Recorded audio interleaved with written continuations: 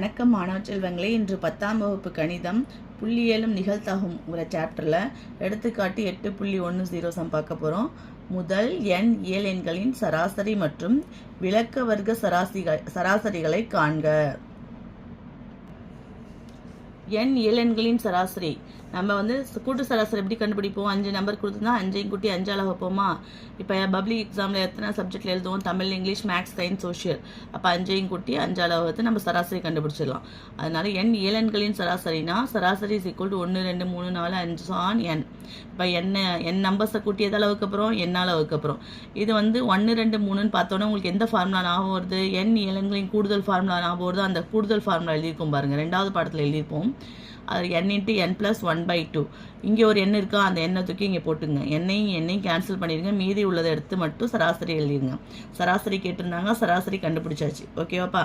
அடுத்தது பாருங்கள், விளக்க வர்க்க சராசரி σ² கண்டுபிடிக்க போகிறோம். σ² ஃபார்முலா என்ன போட்டிங்கன்னா (x²n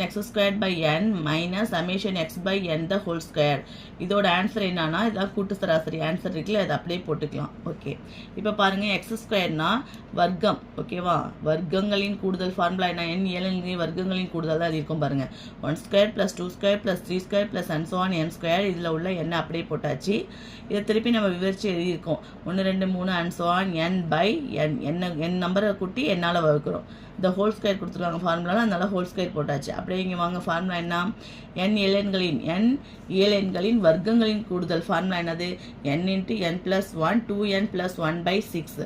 இதில் உள்ள எண்ணை அப்படியே தூக்கி போட்டாச்சு. ஓகேவாமா? உங்களுக்கு ஈஸியான மெத்தட் மட்டும் தான் ரொம்ப சொல்லித்தரேன். நீங்கள் ஈஸியாக புரிஞ்சுட்டு நீங்கள் போட்டுடலாம். இப்போ இதோட ஃபார்முலா என்னது? n × n + 1/2 n. இந்த எண்ணை தூக்கி இங்கே போட்டிருக்கோம். இல்லை மிஸ், இதெல்லாம் வேணாம் மிஸ் அப்படின்னா முன்னாடி சராசரி கண்டுபிடிச்சிங்களா, மேலே வாங்கலாம்.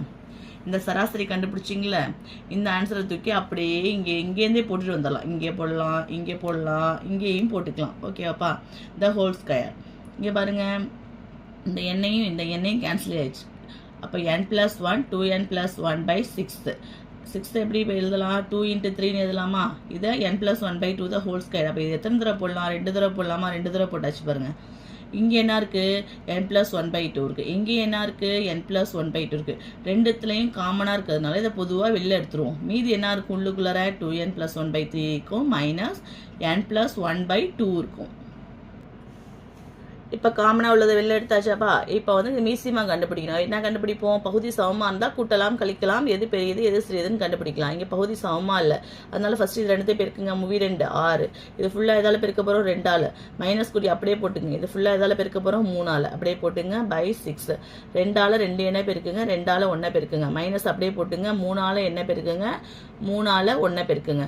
பெருக்கி போட்டாச்சா? 4n + 2 -3n + 3. இந்த மைனஸ் உள்ள கொடுத்தா என்ன ஆயிடும்? +3n -3n ஆயிடும். ப்ளஸ் இன்ட்டு மைனஸ் -3ன்னு ஆயிடும். ஓகேவா? இந்த n + 1 அப்படியே இறக்கிக்கிட்டே வாங்க. 4nல 3n போயிடுச்சுன்னா என்னது? 1n. -3ல் 2 போயிடுச்சுன்னா பெரிய எண்ணிலிருந்து சிறிய எண்ணை கழித்து பெரிய எண்ணின் குறியை போட வேண்டும். -1 வந்துருச்சு. இந்த 6 அப்படியே போட்டாச்சு. இந்த பாருங்களேன், இங்கே n + 1 இருக்குது, இங்கே n - 1 இருக்குது. நம்ம இயற்கணிதத்தில் formula படிச்சிருக்கோமா? a + b × a - b = a² - b². நம்மக்கிட்ட என்ன இருக்குது? n + 1 இருக்குது, n - 1 இருக்குது. அப்போ என்னுக்கு பதிலாக ஏவா? அப்போ ஏக்கு பதிலாக n² போட்டுக்கலாம். பிக்கு பதிலாக 1 இருக்கா? ஃபார்முலாவில் மைனஸ் இருக்குது, இங்கே 1² போட்டாச்சு. 1 எத்தனை தடவை பெருக்கினா என்ன தான் கிடைக்கும்? 1 தான் கிடைக்கும். அதை ஞாபகம் வச்சுக்கோங்க. அப்போ n² மேலே உள்ள நம்பருக்கு ஃபார்முலா அப்படியே எடுத்து எழுதியாச்சு. n² - 1. இங்கே 6 2 12. 1 எத்தனை தடவை பெருக்கினா என்ன தான் கிடைக்கும்? 1 தான். அப்போ n² - 1/12 விளக்க வர்க்க சராசரி கண்டுபிடிச்சாச்சுமா. இது கண்டிப்பாக ஈஸியாக தான் சமையல். நீங்கள் ஈஸியாக போட்டுடலாம். 5 மார்க் கன்ஃபார்மாக வாங்கிடலாமா? Thank you students.